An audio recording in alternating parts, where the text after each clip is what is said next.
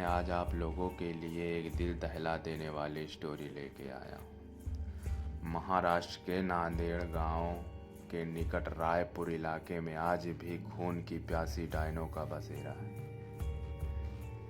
स्थानीय लोगों का मानना है कि यहाँ रात में गुजरने वाले लोगों को डायन पहले तो अपने वश में करती है और बाद में उस इंसान का खून पीकर स्वयं को अमर करती है।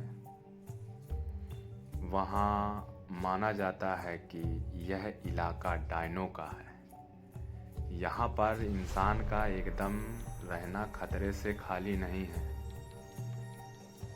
और अगर आप वहाँ पर गए तो किसी तरह की गलती आपके लिए काफ़ी नुकसानदायक साबित हो सकती है। मैं बता दूं कि यह यकीन ना हो रहा हो तो आपको यहाँ पर किसी भी पेड़ में कील गाड़कर खुद ही देख लीजिए, लेकिन आप लोगों का मौत से सामना जरूर हो जाएगा। आप लोगों को भले ही अंधविश्वास या उन श्रद्धा लग रहा हो तो इस भूतिया गांव का यही दस्तूर है।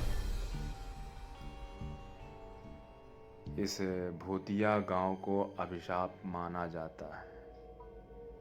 यहाँ पर एक दो नहीं बल्कि सारे इलाकों में डायनों का बसेरा जमा हुआ है। नांदेड़ के निकट इस छोटे से गांव में डायनों की अब पूरा राज्य बसा हुआ है। यहाँ पर ऐसा माना जाता है कि पहले यहाँ एक डायन रहा करती थी, लेकिन डायन ने गांव की कुछ लड़कियों की आत्मा को अपने वश में करके उनको अपने साथ लगाई। आज वही लड़कियां इन डायनों के साथ मिलकर खुद को अमर रखने की कोशिश करती हैं। यह गांव की वही वजह है जहां लोगों की गलतियां एक मौत के रास्ते की ओर ले जाता है, जहां वास्तविकता में यहाँ के पुरुषों को रात में निकलने पर प्रतिबंध है।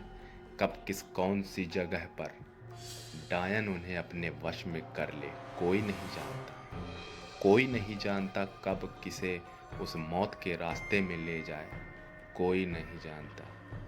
अभी तक यहाँ पर कुल 42 ऐसे मामले आ चुके हैं जिनमें से पुरुष लापता हो गए,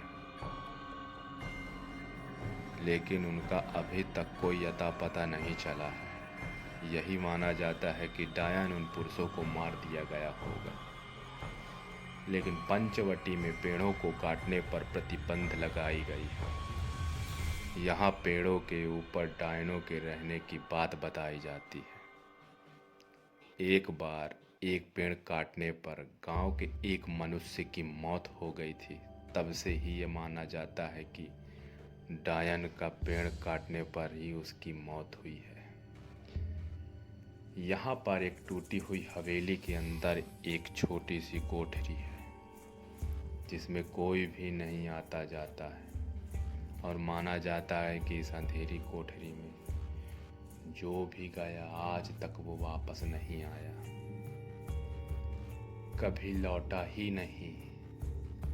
16 लोगों की मौत की वजह से गवाह है इस भूतिया कोठरी को यहाँ के प्रशासन ने भी सील कर दिया है। डायनों को अपने वश में करने के लिए यहाँ पर कई तांत्रिकों ने अपनी पूरी शक्ति लगा दी, लेकिन उस बीच 5-6 तांत्रिकों की मौत हो गई। इसके बाद तांत्रिक भी यहाँ की डायनों को अपने वश में करने से घबराने लगे।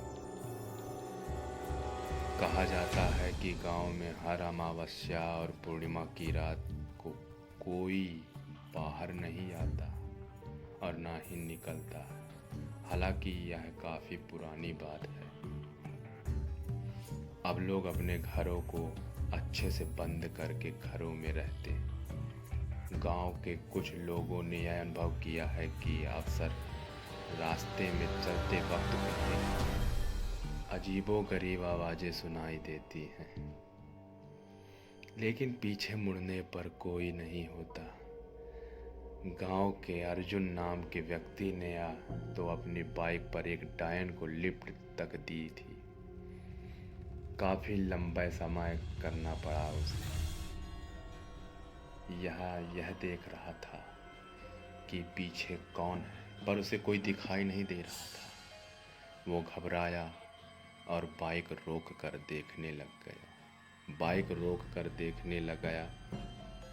उसके बाद उसे कुछ आहट सी सुनाई देने लगी। जंगल के बीच उसे रोने की भी आवाज आने लगी। तभी एक सामने से ट्रक आया और उसे कुचल दिया। कुचलने के बाद जब गांव वालों को पता चला कि उसे ट्रक वाले ने कुचल दिया है, फिर उन्हें ये मालूम हुआ कि अब वो रास्ता भी हमारे जाने लायक नहीं रहा। अब यहाँ की कई साल पहले एक खूबसूरत महिला के साथ गांव के कुछ लोगों ने बलात्कार किया था। उसे बंदी बनाकर रख लिया था और बाद में उस महिला की बेरहमी से हत्या कर दी गई। पहले उसके पति को मारा। पति को मारने के बाद उन गांव वालों ने उसी गांव में उस पति की लाश को दफना दिया और दफनाने के बाद उस औरत को भी उसी जगह दफना दिया गया। हत्या करने के बाद उस औरत के ठीक 5 दिन बाद उस गांव में मौत का आतंक सा छा गया। इसके बाद वो हर अमावस्या के दिन वही डायन बनकर अपना बदला पूरा करती है।